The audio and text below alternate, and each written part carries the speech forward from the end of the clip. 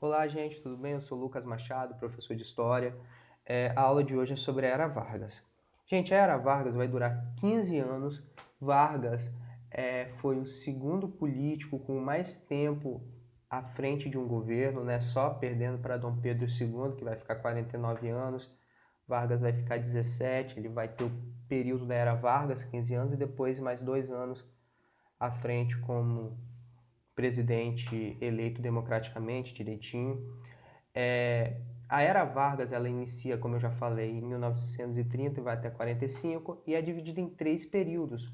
O governo provisório, de quando Vargas assume o poder, que dura até 1934, quando é feita a Constituição. Em 34, Vargas é eleito pela Assembleia Constituinte, sem a participação popular, é eleito presidente do Brasil. E em 1937, Vargas dá um golpe de Estado, um golpe nele mesmo. Ele era o presidente, mas ele dá um golpe que o favorece. Quando ele forja, né, simula um plano de ditadura comunista e nisso é, ele, ele se ele forma uma ditadura fascista, né, aos moldes do que vinha acontecendo na Itália e na Alemanha, né, na Itália de Mussolini e na Alemanha nazista de Hitler. E isso vai perpetuar até 1945, quando ele sai do poder depois de ter lutado contra as ditaduras que ele se inspirou para governar o país nesse período, né, chamado de Estado Novo. Vargas chega ao poder após uma grave crise política que envolvia é, a, a Primeira República. A Primeira República, que a gente sabe que foi um grande acordo entre as elites, né, cafeeiras, as elites políticas brasileiras, que criaram métodos de se perpetuar no poder. Métodos que hoje nós falaríamos que seriam métodos corruptos, né? Um grande esquema de corrupção, como a política dos governadores, voto de cabresto, o coronelismo, né? A própria política do café com leite é um esquema de corrupção.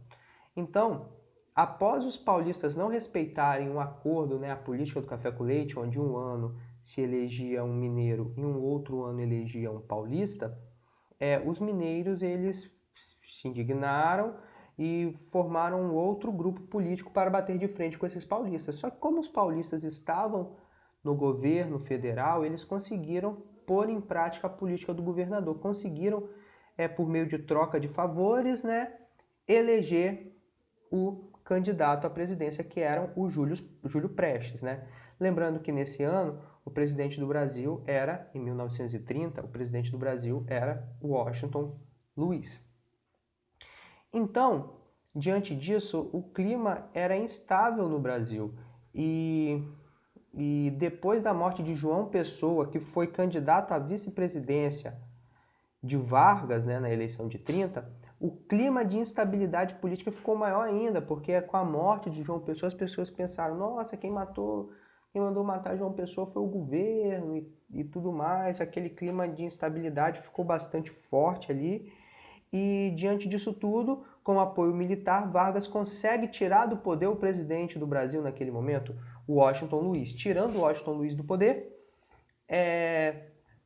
Vargas assume como presidente interinamente, né, como um governo provisório, destitui também a Constituição, destitui todos os governadores, toda a Câmara, acaba com tudo, e o Brasil, então, em 1930, estaria começando do zero, tudo sendo liderada por ele, Getúlio Vargas. Assim, então, inicia a Era Vargas com um golpe de Estado que na história do Brasil ficou conhecido como a Revolução de 1930.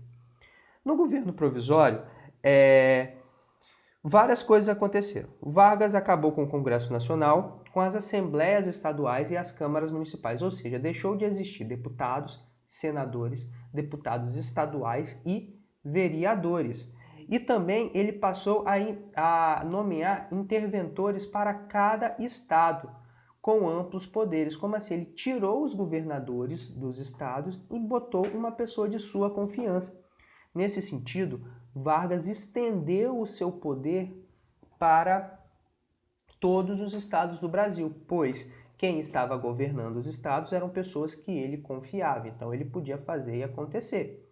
Ah, professor, isso é bom. Em partes, e se o que Vargas quisesse fosse ruim para o povo? Então a gente tem que pensar nesses dois contrapontos.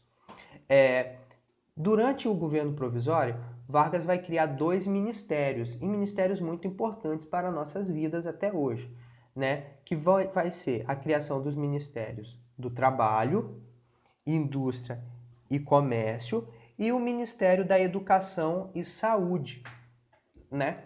Dois ministérios que, naquele momento, eram muito importantes. Hoje a gente sabe que esses dois ministérios se fragmentaram em vários outros, né? Por exemplo, Educação e Saúde virou o Ministério da Educação e o Ministério da Saúde.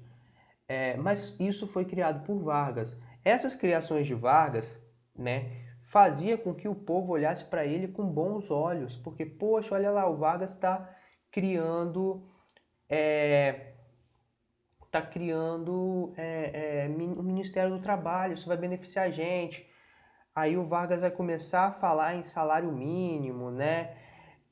Começar a regular por meio do Ministério do Trabalho, ele vai fazer a regulamentação do trabalho feminino e infantil, ele vai começar a cobrar das empresas um dia de descanso semanal e remunerado. Por exemplo, hoje a maioria das pessoas não trabalham dia de domingo, né? E nem sábado à tarde e domingo, e mesmo assim recebem por esse dia férias remuneradas, jornada de trabalho de 8 horas diário.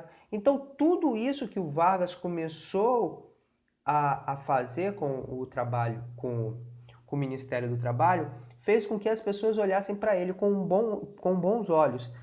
Mesmo ele tendo acabado, né, não acabado, né, mas mesmo ele tendo começado a apertar o eixo, né, sobre os sindicatos que brigam pelos direitos dos trabalhadores.